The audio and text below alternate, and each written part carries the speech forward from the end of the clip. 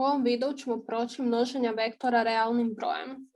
Znači imamo nekakav, na primjer, vektor a.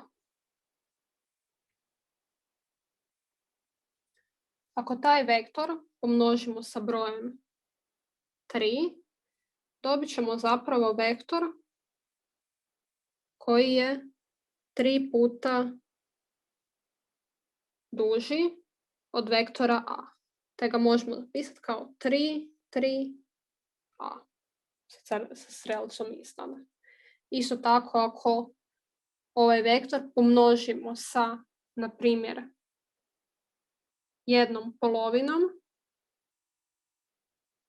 to je kao da smo ga podijelili sa 2. To jest dobit ćemo vektor koji je dvostruko kraći. I zapišemo kao 1/2 vektor a. Znači iz ovoga možemo zaključiti da kada imamo množenje realnog broja x sa vektorom v i x je veći od 0, vektor ima istu orijentaciju i smjer, te mu se mijenja samo duljina. To možemo zapisati kao x puta vektor je jednako duljina od x-a, to je puta duljina samog vektora. Ako je vektor a pomnožimo sa -1, vektor iste duljine i smjera, ali suprotne orijentacije. Znači dobivamo vektor minus vektor a. Isto tako ako ga pomnožimo sa -4, dobivamo vektor koji je 4 puta dulji te suprotne orijentacije. Te zapisujemo kao -4 vektor a. Znači, stoga možemo zaključiti kada je x, znači realan broj x veći od 0, vektor i ostaje sa istom orijentacijom. Ako je x manji od 0, vektor mijenja orijentaciju. Nul vektor je vektor kojim se podudaraju početna i završna točka, te ga označavamo sa 0 i iznad strelicom. Duljina nul vektora je jednaka 0 i to je jedini vektor sa ovim svojstvom. On nema ni smjer ni orijentaciju, jer mu je sama duljina 0, te se po dogovoru uzima da je nul vektor kolinearan sa svakim vektorom. Za umnožak 0 puta neki vektor vrijedi da je duljina jednaka odvojena duljina, što je zapravo jednako 0. Pa iz toga ispada da je 0 puta v jednako 0 vektor, jer mu je duljina jednaka 0. Isto tako imamo i jedinični vektor. To je bilo koji vektor čija je duljina jednaka 1. Te podijelimo li bilo koji vektor sa njegovom duljinom, dobivamo jedinični vektor. U ovom videu ćemo govoriti o zbrajanju vektora. Zbroj 2 vektora će uvijek biti vektor. Te za zbrajanje vektora imamo 2 pravila. Pravilo paralelograma i pravilo trokuta. Ako imamo 2 vektora koji imaju početak u istoj točki, njihov zbroj ćemo dobiti tako da povučemo paralelu sa pravcem na kojem se nalazi vektor OA iz točke B i paralelu sa pravcem na kojem se nalazi vektor OB iz točke A. Te onda njihov zbroj zapravo jednako dijagonala OD. Isto znači ispada, znači vektor OB plus vektor OA je jednako vektor OD. Kad imamo dva vektora kojem je kraj jednog vektora, ujedno i početak drugog, idemo ovaj vektor nazvati A i B, njih zbrajamo po pravilu trokuta.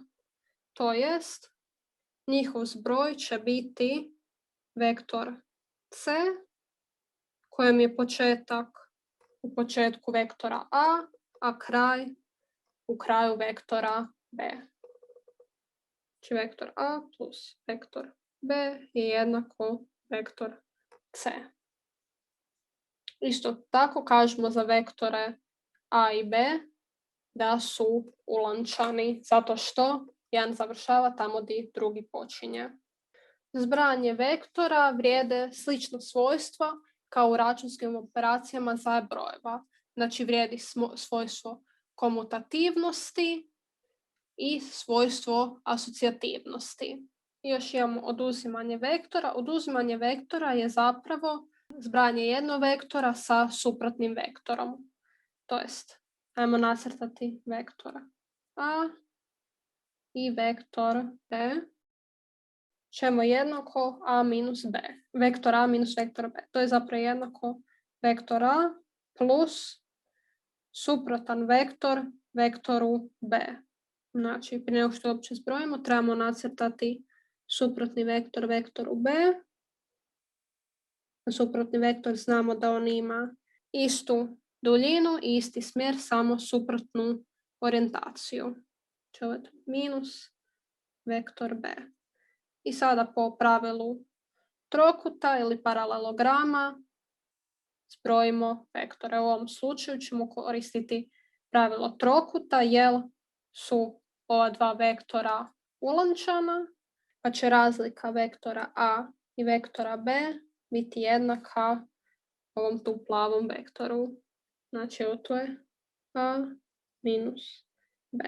To jest početak ovog vektora u početku vektora a kraj je u kraju vektora minus B. Prvi zadatak glasi dan je paralelogram ABCD. Neka je točka S sjecište njegovih dijagonala. Riješit ćemo podzadatke 2., 4. i 6.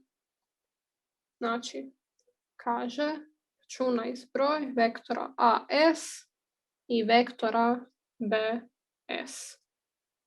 Označimo naš vektor AS i vektor BS. Ok, kad završavaju istoj točki, ovo ne možemo nikako izračunati, nego ćemo ovaj tu vektor BS translatirati tako da započinje u točki S. Te ćemo dobiti vektor SD. Sada imamo dva ulančana vektora, AS i SD, a vektor BS je jednak vektoru SD, tako da ovo možemo zapisati kao AS plus SD.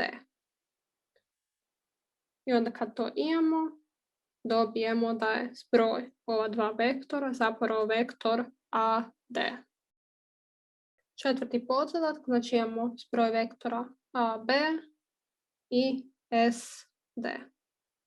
Ajmo nacrtati naš vektor AB, vektor SD. Isto znači ovako ih ne možemo zbrojiti, nego moramo vektor AB ili vektor SD translatirati. Pa ajmo u ovom slučaju translatirati vektor AB. I njega možemo translatirati u vektor DC. Zašto? Zato što je vektor DC jednak vektoru AB. Kad ovo imamo, zbrojimo po pravilu trokuta i naš rezultat je vektor SC. Šesti podzadatak, znači imamo zbroj vektora PS i vektora CS.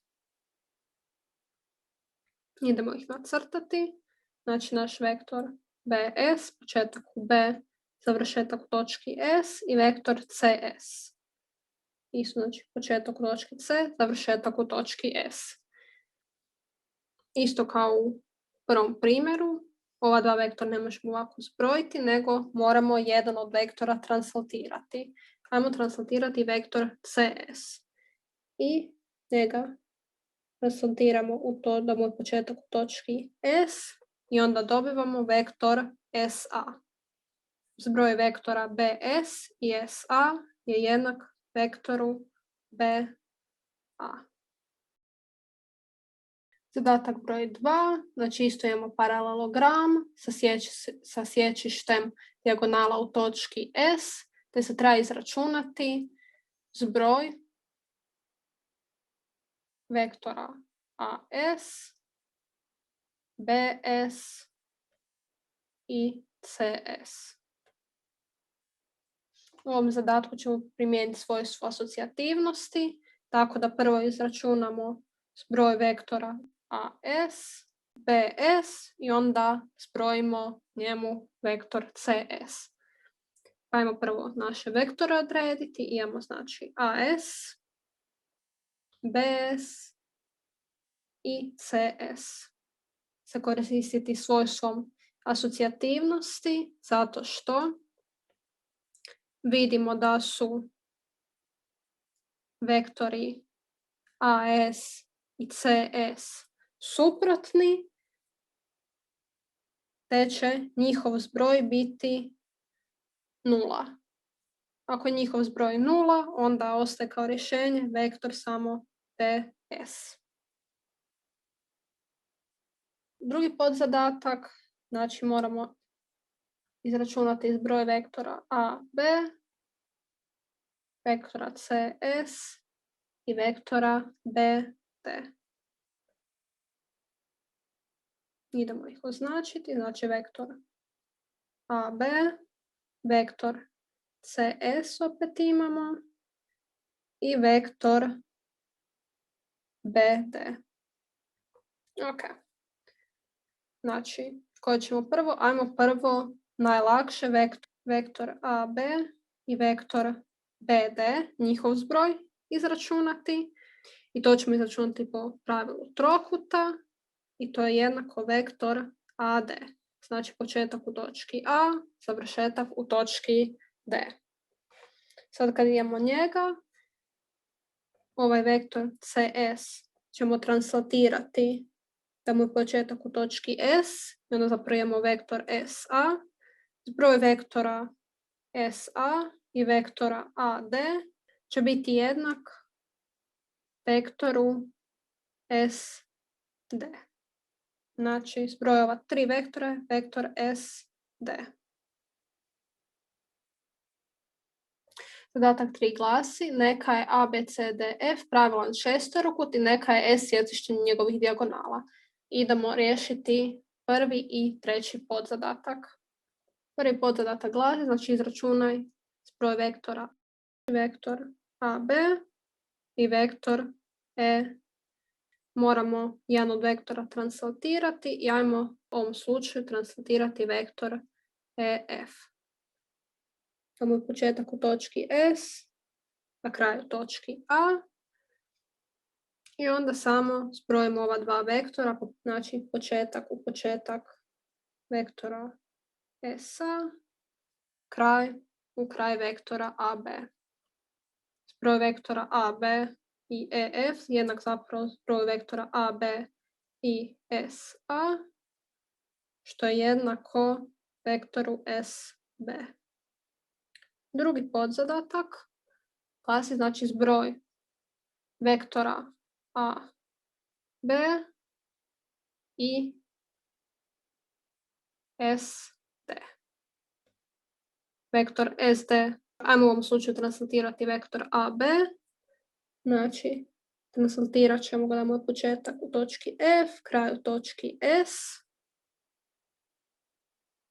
i onda dobijemo da je zbroj ta dva vektora zapravo vektor FD. Znači, rekli smo da je AB jednak vektoru FS plus vektor SD i njegov zbroj je jednako vektoru FD.